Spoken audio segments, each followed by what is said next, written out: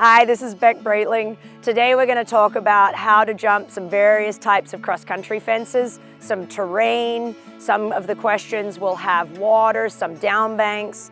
We're going to look at how to approach those and how to deal with those when we walk our course and how we're going to go out and ride them.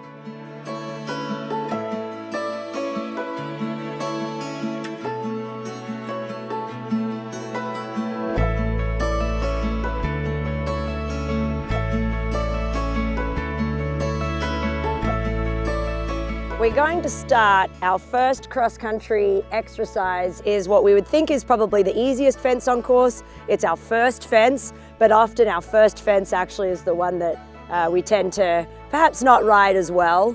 For me, my goal when I leave the start box would be to have the least amount of strides from the start box to the first fence. That's because we start from a standstill.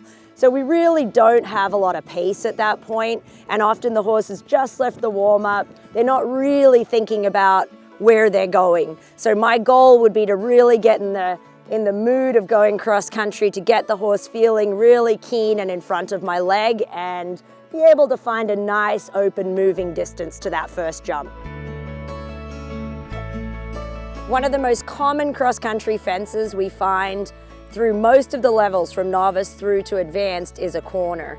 A corner is a combination of an accuracy question and a scope question. Obviously at the lower levels there's not quite as much width involved and there's a little more length to the face of the fence. This is a training level corner, so it's definitely starting to test both accuracy and scope of the horse. My goal is to come out of a gallop and perhaps have a little more balance and control as I come to approach the corner, and when I know that I'm on my line, then I want to keep my leg and really keep riding forward to the deep distance to really protect the side that encourages the run out. So in this case it would be to the right. Terrain questions and most importantly jumps on mounds are really popular from the most basic level of eventing all the way through to the upper levels as well. It's quite common that we'll see a small fence on a mound, and as we go up the levels, the question could become quite tall and quite narrow. The hill actually changes the way we approach the fence. We often get caught at the bottom of the hill over preparing, thinking we need to set up, but really the hill is going to help us do that. So obviously for me, I want to keep galloping. When I get to the base of the hill, I'd like the horse's ears to be up and focused on the fence, and most importantly that I'm able to control my body position so that when I land and I'm going down the hill, I'm not forward and over on the horse's neck. I would like to be still sitting nice and tall, landing in my feet and preparing for potentially another question after this. The next type of cross-country fence we're going to talk about is a down bank, and specifically here we have a down bank into water. Often in competition the water will actually be a lot closer to the fence. I feel like the biggest focus here has to be that we can't attack this fence with a lot of speed. So we have to really make sure that we're able to have the horse come back into a collected canter. The goal would be to get their toes as close to the edge of the down bank as possible. And we would love for them just to be able to pop off the bank.